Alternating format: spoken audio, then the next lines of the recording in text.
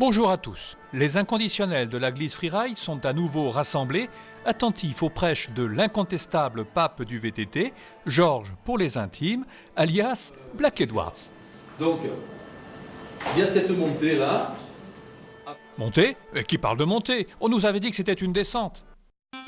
L'étonnant succès du vélo tout-terrain depuis les années 90 a suscité la création de différentes disciplines sportives. Le cross-country et la descente sont parmi les plus représentatifs. La première requiert du pilote force et endurance, alors que l'autre s'appuie sur la trajectoire et l'audace. Mais on oublie là l'élément fondateur de ce sport, le plus populaire qui soit par le nombre de pratiquants, juste derrière la randonnée pédestre. On oublie les hommes et les femmes ordinaires qui plébiscitent toujours le succès du vélo avec 3 millions d'unités vendues en France par an.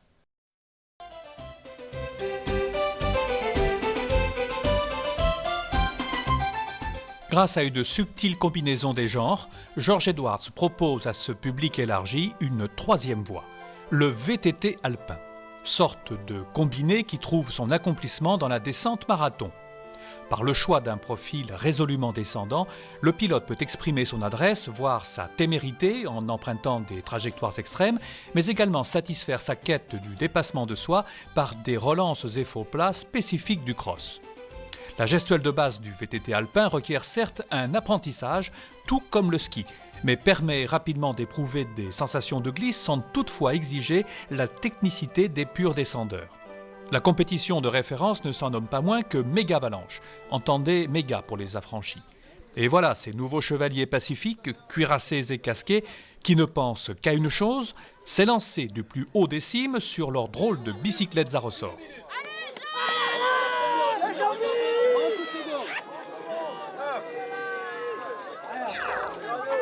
10 secondes. Vous avez 10 secondes. Vous avez le temps. Ne regardez que le bandeau. Comme vous voulez.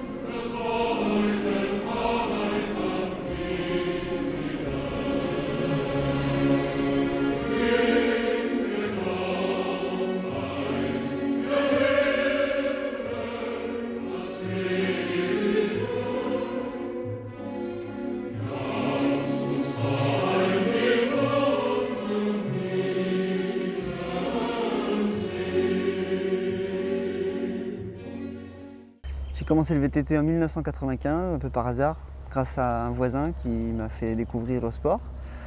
Et ensuite ça a été assez rapidement, donc j'ai débuté également avec mon frère par le cross-country. On a fait les premières courses près de la maison et ensuite il y avait une Coupe de France qui n'était pas très loin, on y allait. Et ensuite le championnat de France et ça a été assez rapide. Julien Absalan, j'ai 25 ans, je suis né à Remiremont dans les Vosges. Je pratique le VTT depuis 1995 et je suis professionnel depuis l'an 2000 dans l'équipe Bianchi, l'équipe italienne. Et je suis champion du monde et champion olympique de cross-country. Contrairement à mon frère, moi je suis resté spécialiste de cross-country.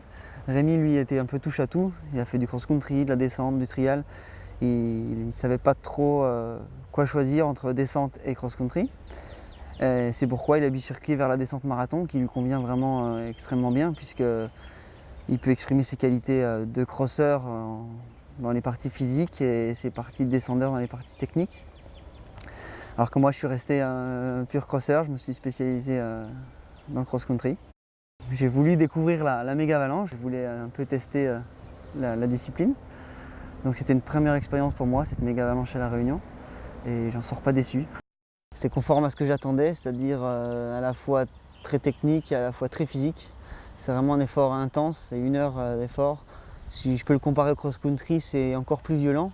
Je pense que la principale difficulté, c'est de rester lucide. En tant que crosseur, on a un peu l'habitude de faire ça puisqu'on monte et on descend. Donc quand on aborde les descentes, on a toujours fait une montée avant. Donc on a le cœur très haut, on a l'acide lactique dans les jambes. Donc on est un peu avantagé par rapport aux descendeurs qui, eux, ont moins l'habitude de cela. Donc je pourrais dire que c'est vraiment maintenant devenu une discipline à part entière, la descente marathon, avec des spécialistes qui s'entraînent spécifiquement pour ça. En la Massana a las 6:30.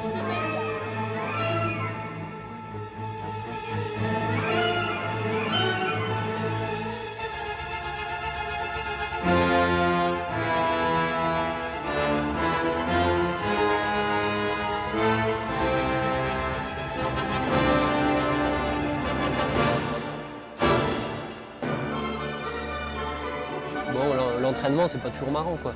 Mais en même temps, on se dit que si on se prépare pour un objectif, ben, on a quelque chose dans la tête, donc c'est pas gênant. Et puis si en plus, c'est pour se dire qu'après, on pourra aller à La Réunion, au Pérou et tout, bon, ça vaut le coup, quoi. Ça vaut le coup. Rémi Absalon, 21 ans, le petit frère de Julien, commence à l'Oxbow, vainqueur de la Coupe d'Europe 2004 et 2005, vainqueur de la Méga de La Réunion en 2005. Techniquement, bon, c'est sûr, c'est de la descente, donc techniquement, il faut toujours être fort. Et puis bon, ben ouais, il y a aussi, faut réfléchir un peu parce que si on roule taquet dans les pierres, ben, on n'est pas sûr d'aller en bas, il y a un moyen de crever. Bon après, s'il y a la chance, c'est bien, et sinon, ben, tant pis. Mais bon, il faut quand même, partant d'un principe que la chance, ouais, c'est différent du hasard, quoi. La chance, ben, c'est nous qui la créons, quoi. Si une crevaison, on peut dire que c'est pas de chance, mais c'est une faute de pilotage.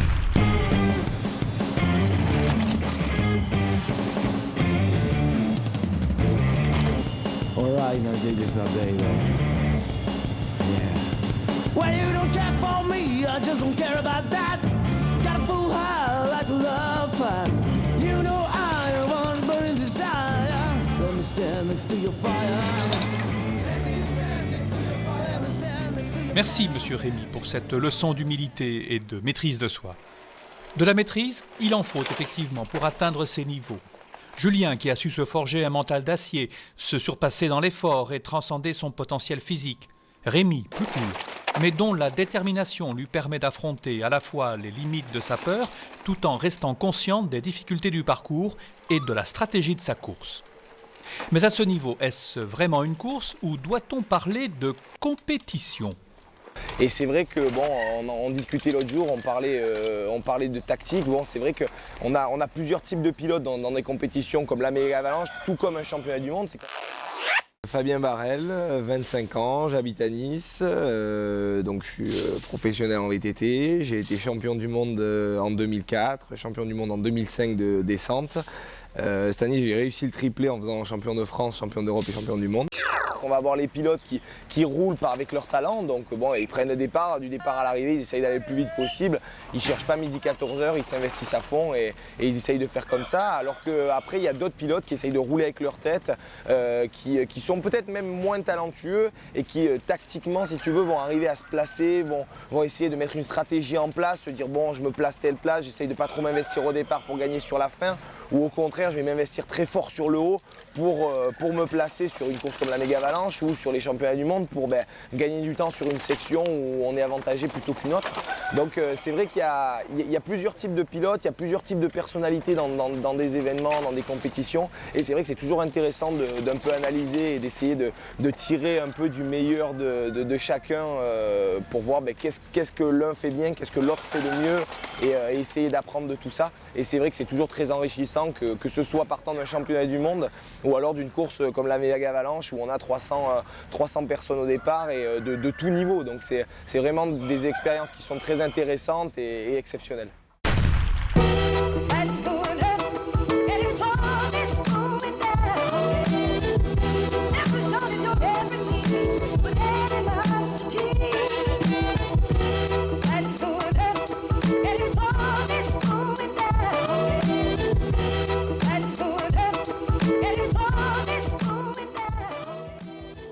Ce qui m'attire dans la compétition, c'est, je pense, tout pilote qui fait du sport de haut niveau est obligé d'être un sportif assidu. Et moi, je fais de la compétition depuis l'âge de 6 ans, donc ça fait aujourd'hui 18 ans. Franck Parolin, 24 ans, de Toulouse. Je roule pour le team Commence à l'Oxbow.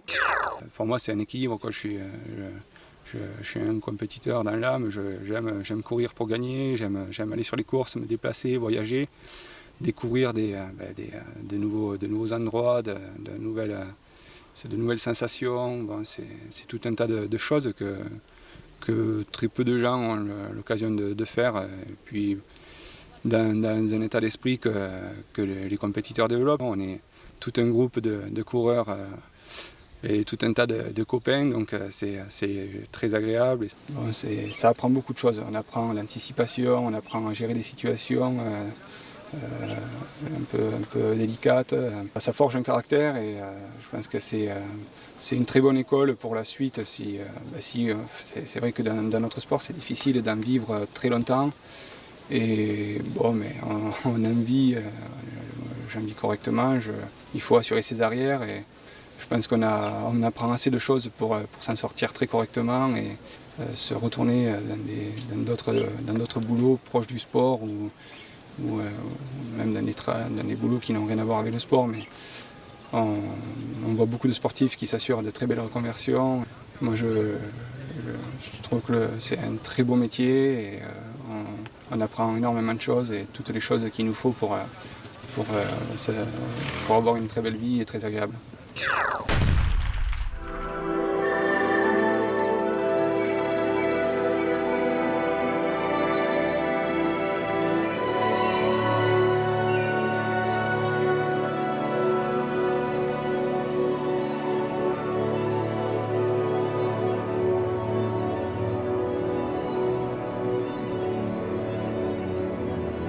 C'est l'esprit de compétition en fait.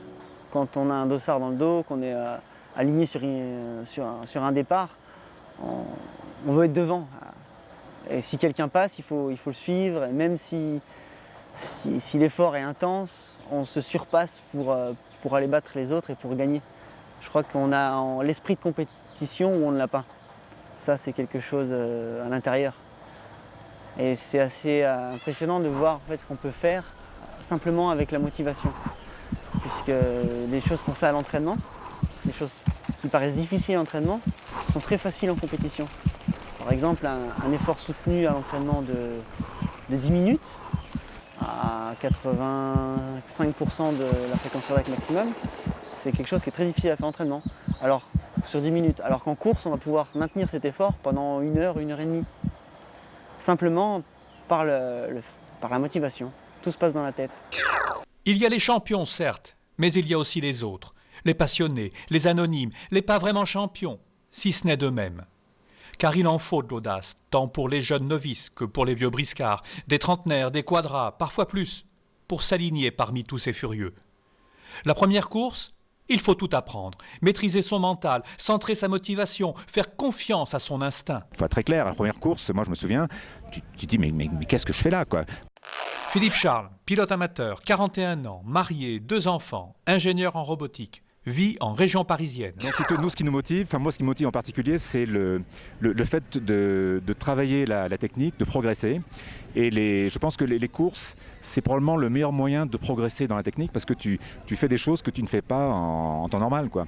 Tu te retrouves quelquefois dans des galères, mais tu te dis, mais attends, c'est pas possible, attends, mais comment ils passent là, les champions? Tu t'arrêtes, tu te dis, c'est pas possible. Bon, puis tu vois un gars, deux gars, tu vois même des filles qui passent, tu te dis, ouais, attends, allez hop, on y va, t'apprends, tu prends une gamelle, mais tu réessayes. Et c'est tout ce mécanisme de progression, si tu veux, qui est très enrichissant. C'est le fait que les pros sont très accessibles. Hein. Tous ces gars-là sont des gars très sympas, qui n'ont pas la grosse tête. Et donc tu peux leur demander des conseils, par exemple pour des réglages de suspension, pour un tas de choses. Et c'est tout ça qui est très plaisant, qui t'aide à progresser et qui fait que d'une année sur l'autre, tu reviens encore et encore, quoi. Donc ce que j'ai envie de dire, si tu veux, aux gens qui sont sur le bord, qui ne l'ont peut-être pas encore fait, c'est essayer. C'est le meilleur moyen de progresser et il faut être patient, il faut faire plusieurs courses et là après le plaisir arrive à vitesse grand V.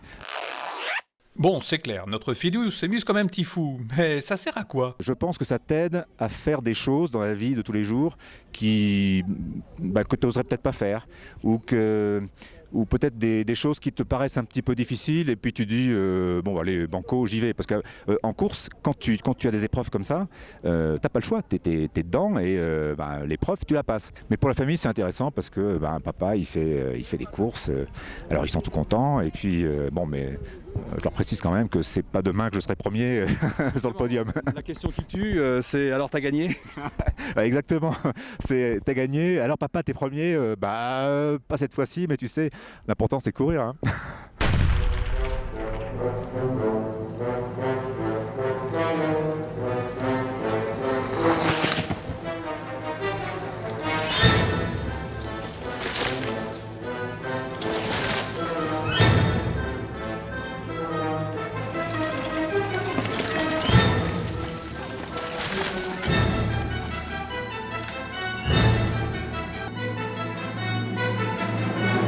Sa première descente marathon, Julien va se faire surprendre par son manque d'expérience dans la préparation de son vélo, mais surtout par la configuration très cassante des portions descendantes.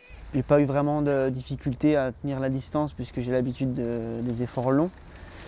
Mais le plus dur en fait ça a été au niveau des bras puisque j'ai pas l'habitude de descendre aussi longtemps et surtout sur des terrains aussi cassants.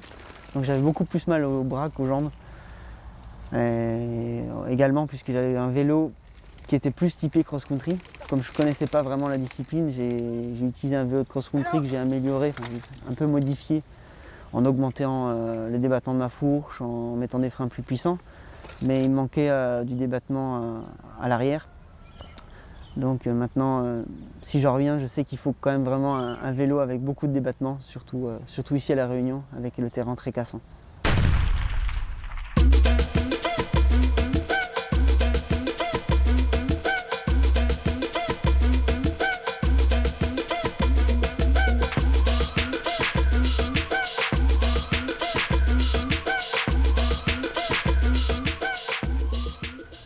C'est une discipline où il ne faut pas avoir froid aux yeux, il ne faut pas avoir peur des chutes. On chute vraiment très régulièrement, presque à chaque entraînement. Donc en général c'est sans gravité, simplement des brûlures ou des éraflures. Mais il ne faut pas avoir peur de se faire mal. Disons que je pense qu'on n'y pense pas vraiment puisque sinon on ne pourrait pas descendre. Préparation technique et entraînement exigeant, force et endurance, lucidité et stratégie, il faut tout cela pour gagner une course. Mais est-ce suffisant?